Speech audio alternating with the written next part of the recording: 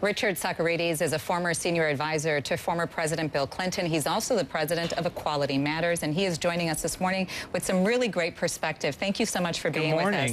Good morning to you. So you served as President Clinton's point man on gay and lesbian issues, and you were there when he signed the Defense of Marriage Act, which was back in 1996. How would you advise, or how would you have advised President Obama on this issue now?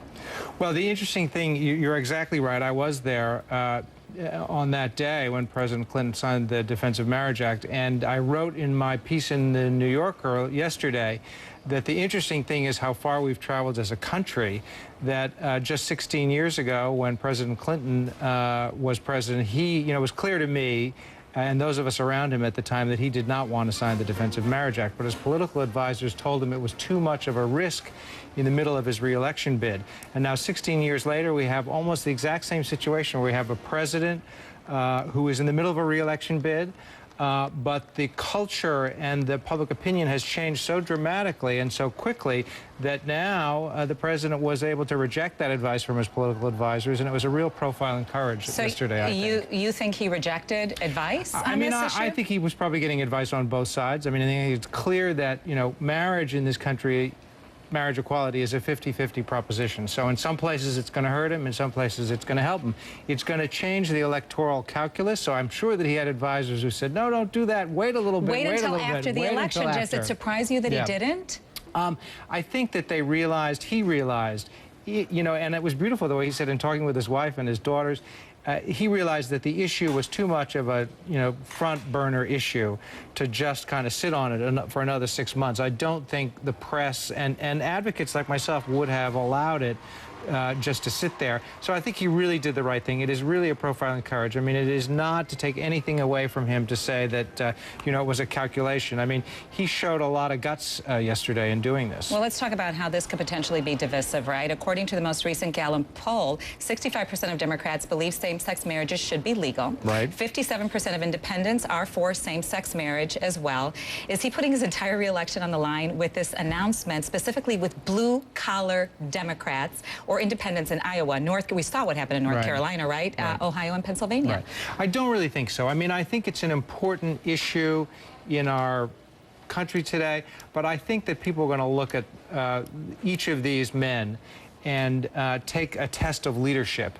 And I think when the test is leadership on issues like this, it's clear that President Obama is winning.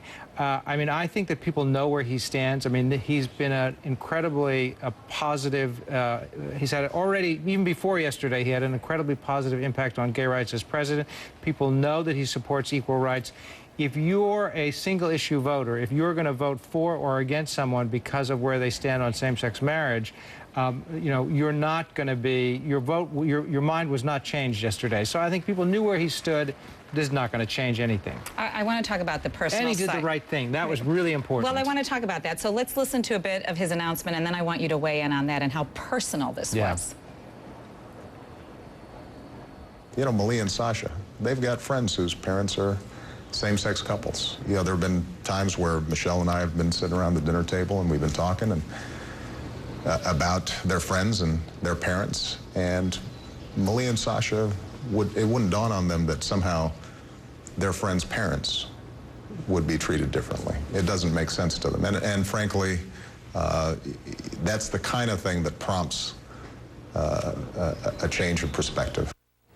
I'm watching you here as you are watching this, and I'm sure you saw it yesterday, and you're smiling and you're nodding. This was very personal, wasn't it? How did you feel about that? Well, when he talks about Michelle or the girls, those two lovely girls, he's like headed in the right direction always.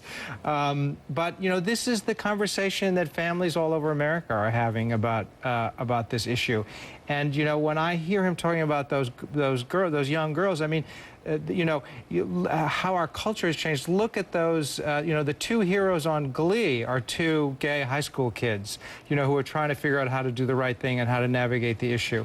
A show on a rival network, Fox, which is not known for its progressive programming, I mean, I think it's really a moment, and that he was able to talk about his young girls in this context really shows you how far we've come. Do you think that that's what's going to happen now, that this dialogue will continue, and perhaps we'll see those numbers continuing to change and people changing their minds about this issue? I do. I think that the president showed a lot of leadership, talked about his journey on this issue. Everybody is entitled to their journey.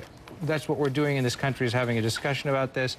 So I think this will really help the discussion and hopefully bring us to some kind of national consensus. All right. Well, thank you so much for joining us this morning with your perspective. We appreciate it. Thanks for having me. Richard Socarides, former senior advisor, Bill Clinton, president of Equality Matters, and Democratic strategist as well. Thank you very much for that.